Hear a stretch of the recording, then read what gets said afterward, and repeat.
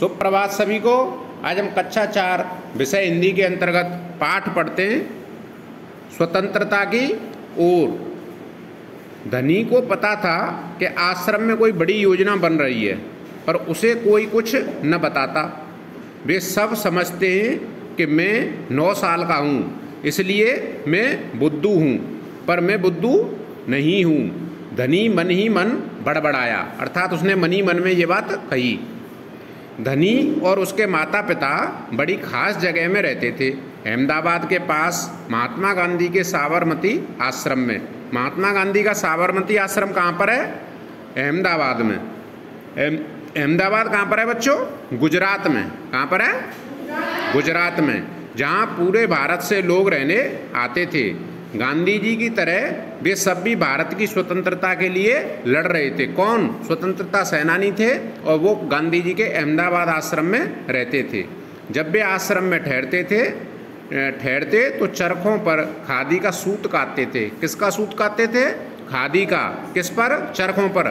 पुराने समय पर चरखों पर, जैसे आपकी दादी माँ, उनको पता होगा, चरखे आपके घर किसी के यहाँ है पुराना वाला, वो सूत काटती थी, ठीक है। भजन गाते और गांधी जी की बातें सुनते। साबरमती में सबको कोई ना कोई काम करना होता, जैसे कोई खाना पकाना और बर्तन धोना, कपड़े धोना, कुएं से पानी लाना, गाय और बकरियों का दूध दुहना और सब्जी उगाना। मतलब किसी न किसी को कुछ न कुछ काम करना होता था। सबके काम बटे हुए थे। धनी का काम था बिन्नी की देखभाल करना। बिन्नी आश्रम की एक बकरी थी। बकरी का नाम क्या था? बिन्नी। और बिन्नी की देखभाल करता था वो, ठीक है, धनी। और धनी को अपना काम पसंद था, क्योंकि बिन्नी उसकी सबसे अच्छी दोस्त थी और धनी को उससे बातें करना अच्छा लगता था। बिन्नी किसका नाम है यहाँ पर? बकरी का। उस दिन सुबह धनी बिन्नी को हरी घास खिलाकर उसके बर्तन में पानी डालते हुए बोला, कोई बात ज़रूर है बिन्नी। वे सब गांधी जी के कमरे में बैठकर बातें करते हैं। कोई योजना बनाई जा रही है। गांधी जी के कमरे में क्या होता था? सभी लोग आकर के बैठते थे और वहाँ पर देश को स्वतंत्र कराने की बातें करते थे। और ये क्या करता था? धनी अपनी बिन्नी अर्थात बकरी के साथ बाहर बैठा उनको उससे बातें करता था। तो वो क्या सोच रहा था? 9-10 साल का बच्चा है, उसकी समझ में तो कुछ आ नहीं रहा था, लेकिन वो सोच रहा था कि बैठ करके कुछ बातें करते हैं, कोई योजना बनाई जा रही है, मैं सब समझता हूँ। तो वो क्या सोच रहा है? मैं सब समझता हूँ कि कोई ना कोई यहाँ पर योजना बनाई जा रही है। बिन्नी ने घास चबाते हुए सिर हिलाया। बिन्नी बकरी थी और बकरी ने क्या हिलाया? सिर हिलाया। जैसे वो धनी की बात समझ रही हो। धनी को भूख लगी।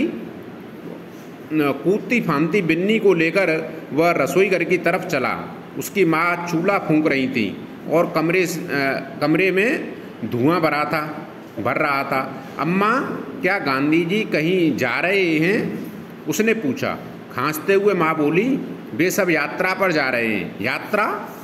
कहाँ जा रहे हैं? धनी ने सवाल किया। धनी क्या सवाल कर रहा है कि कहाँ की यात्रा पर जा रहे हैं? समुद्र के पास कहीं। अब सवाल पूछना बंद करो और जाओ यहाँ से। धनी। अम्मा जरा गुस्से से बोली, पहले मुझे खाना पकाने दो। धनी सब्जियों की क्यारियों की तरफ निकल गया, जहाँ बूढ़ा बिंदा आलू खोद रहा था। बिंदा चाचा, धनी उनके पास बैठ गया। आप भी यात्रा पर जा रहे हैं क्या? बिंदा ने सिर हिलाकर मना किया। उसके कुछ बोलने से पहले धनी ने उतावले होकर पूछा, कौन जा रहे हैं? कहाँ जा रहे हैं? क्या हो रहा है? कौन पूछ रहा है? धनी पूछ रहा है। किससे पूछ रहा है? बिंदा चाचा से पूछ रहा है। बिंदा ने खोदना रोक दिया और कहा, तुम्हारे सब सवालों के जवाब दूंगा, पर पहले इस बकरी को बांधो, मेरा सारा पालक चबा रही है। धनी बिन्नी को खींचकर ले गया और पास के नींबू के पेड़ से बांध दिया। फिर बिंदा ने उसे यात्रा के बारे में बताया। गांधी जी और उनके कुछ साथी गुजरात में पैदल चलते हुए दांडी नाम की जगह पर समुद्र के पास पहुंचेंगे, ठीक है। गांव और शहरों से होते हुए पूरा महीना चलेंगे। दांडी पहुंचकर वे नमक बनाएंगे। उस समय क्या था? उस समय 1930 में इन्होंने दांडी यात्रा की थी गांधी जी ने। उससे पहले क्या होता था? नमक पर सरकार ने टैक्स लगा दिया था। उस टैक्स को ख़त्म करने के लिए गांधी जी ने ये पदयात्रा की थी। नमक। धनी चौंक कर उठ बैठा। नमक क्यों बनाएंगे? वह तो किसी की दुकान से खरीदा जा सकता है। हाँ मुझे मालूम है, बिंदा हंसा, पर महात्मा जी की एक योजना है। यह तो तुम्हें पता ही है कि वह किसी बात के विरोध में ही यात्रा करते हैं या जुलूस निकालते हैं ना। हाँ बिल्कुल सही, मैं जानता हूँ वो ब्रिटिश सरकार के खिलाफ सत्याग्रह के जुलूस निकालते हैं जिससे कि उनके खिलाफ लड़ सकें और भारत स्वतंत्र हो जाए। पर नमक को लेकर विरोध क्यों कर रहे हैं? यह तो समझदारी वाली बात नहीं है। बिल्कुल धनी, क्या तुम्हें पता है कि हमें नमक पर कर देना पड़ता है? तो वो क्या समझा रहे हैं उसके चाचा कि बेटा हमें नमक पर भी कर देना पड़ता है। अच्छा, धनी हैरान रह गया। नमक की ज़रूरत सभी को है, इसका मतलब है कि हर भारतवासी गरीब से गरीब भी यह कर देता है। बिंदा चाचा ने आगे समझाया। लेकिन यह तो सरासर अन्याय है। धनी की आंखों में गुस्सा था। हाँ यह अन्याय है, इतना ही नहीं, भारतीय लोगों को नमक बनाने की मनाही है। महात्मा जी ने ब्रिटिश सरकार को कर हटाने को कहा पर उन्होंने यह बात ठुकरा दी। इसलिए उन्होंने निश्चय किया कि वे दांडी चलकर जाएंगे और समुद्र के पानी से नमक बनाएंगे। 1 महीने तक पैदल चलेंगे। धनी सोचकर परेशान हो रहा था, गांधी जी तो थक जाएंगे, वे दांडी बस या ट्रेन से क्यों नहीं जा सकते? क्योंकि यदि वे इस लंबी यात्रा पर दांडी तक पैदल जाएंगे तो यह खबर फैलेगी, अखबारों में फ़ोटो छपेंगी, रेडियो पर रिपोर्ट जाएगी और पूरी दुनिया के लोग यह जान जाएंगे कि हम अपनी स्वतंत्रता के लिए लड़ रहे हैं और ब्रिटिश सरकार के लिए यह बड़ी शर्म की बात होगी। गांधी जी बड़े ही अक्लमंद हैं ना? धनी की आंखें चमकी। बिंदा ने हंसकर कहा, हाँ वह तो हैं ही।